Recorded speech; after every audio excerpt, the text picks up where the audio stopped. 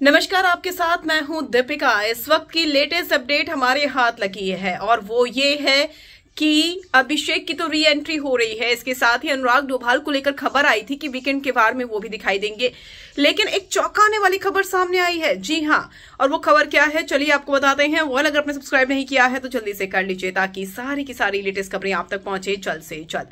खबर मिली है एक बहुत ही तगड़ी और ये खबर सच बताई जा रही है और ये कहा जा रहा है कि चिंटू जो है वो घर से बाहर हो गए हैं। जी हाँ, सही सुना आपने। चिंटू अभी तक घर में एंटरटेन कर रहे थे, लेकिन जिस तरीके से वो अभिषेक के लिए वहां पर परेशान करने के लिए खड़े थे, उन्हें पोक करने के लिए खड़े थे, उस पर जमकर उनकी ट्रोलिंग हो रही थी।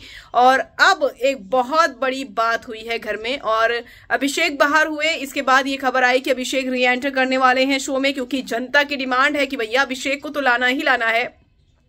इस बीच एक और बड़ी खबर सामने आई कि चिंटू यानी कि ईशा मालवीय के सो कॉल्ड बॉयफ्रेंड जो थे, जो घर के अंदर थे अभिषेक के बाहर होने के बावजूद, बताया जा रहा है कि चिंटू जो हैं शो से बाहर हो गए हैं। शो के ग्रैंड फिनाले में कुछ ही दिन बचे हैं और धड़ाधड़ इविक्शंस हो रहे हैं, जिससे लोग हैरान हो गए हैं।